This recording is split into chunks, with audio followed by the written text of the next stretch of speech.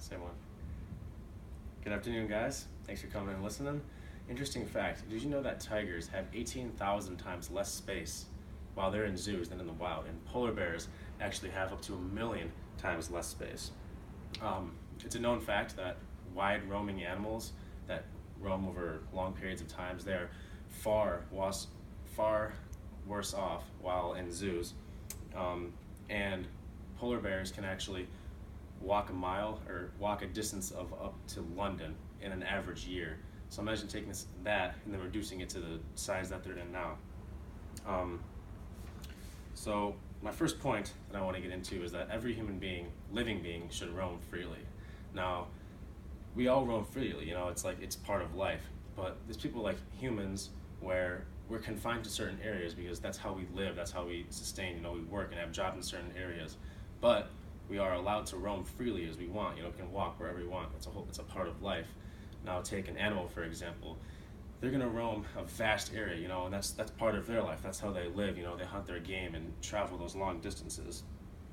So, as I stated before, these animals that roam these long distances, they're much worse off, and they've actually been known to pace. So animals that, travel distances over long periods of time, they're gonna pace back and forth while in zoos, and it shows, it's starting to have mental effects, because animals aren't supposed to pace like that, kind of. The RSPCA, the Royal Society for the Protection of Cruelty of Animals, they did their study and saw, all of the serious long-term mental and physical effects that it has on all animals. And an animal like an elephant, their lifespan is reduced because they can't, roam freely as they want and walk their distances. Their lifespan is reduced from the average being about 65 years in the wild to 15 years in every zoo. Which brings me to my next point about how zoos are not necessarily even close to safe for animals, no matter how much they may portray how much they love and care for their animals. As I've been stressing this whole time, there's increased mental and physical stresses on animals when they're confined to these areas. And actual training methods have been shown to be very abusive and harmful. Take, for instance, the incident in 2010, the lady was attacked by the killer whale at SeaWorld. Trying to control these animals and use them for entertainment, it's actually counterproductive, and it's making the whole situation a lot worse for the connection that animals and people will have. And that woman dying in 2010, that got linked to 2 more deaths among whales in the SeaWorld. That the whale, his name was Killatum, I believe. 2 more deaths that he had caused in the tank. And another interesting fact taken from the RSPCA is what they'll do for baby whales is they'll actually take them away from the mother and then drill their teeth out so that there's no kind of instance that can happen. So, just to kind of add to the abuse. And, I'm assuming none of you guys knew that fact, and which moves me to my last point, is that zoos are nothing close to educational, no matter how they make it seem.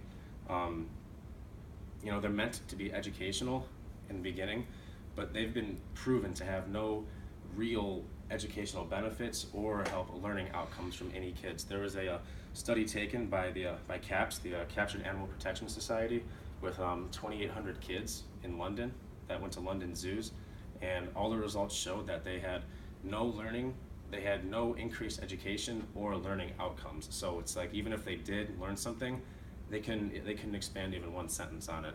And I just think a lot of kids should be educated more on what happens when they try to go to these places and what they do. So that concludes. I'm not supposed to say that.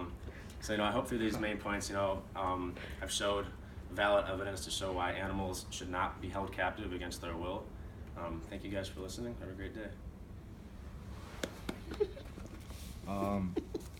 I would say just to work on the conclusion, just go over specifically what your main points were instead of just saying I use blah blah blah. Yeah. Just go specifically into the 3 points. Roaming, the fact of everything should roam freely. Right. It's not educational and it's not safe. There you go.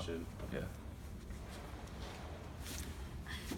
Just reiterating what he said, just bringing everything together in your conclusion, because you're supposed to make the conclusion something that they're going to remember from your whole presentation. Okay. So like maybe how you started off with your cool point, you can do a cool like interesting fact at the end too, just to like leave them hanging and leave them like thinking about your presentation. You know what I'm saying?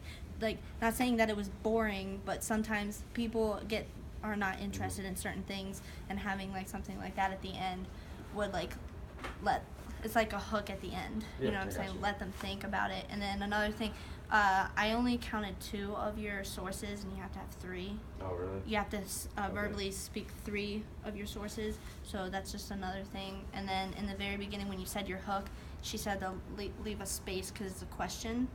You're like, did you know that blah blah blah? So just like leave like a little bit of a Okay, you're right. space, a little bit of a pause for a thinking action, I guess. Maybe I won't do it as a question. I might just state it Yeah. as a fact. We'll see. Okay. Though. I'm not sure. Who do I talk to? I was gonna reiterate say it, again don't with think the sources. So if you just want like 2 more, just like throw in there. So it's not like, because I don't know if you checked with her to see if all of them are like credible. So you could do that. You have to.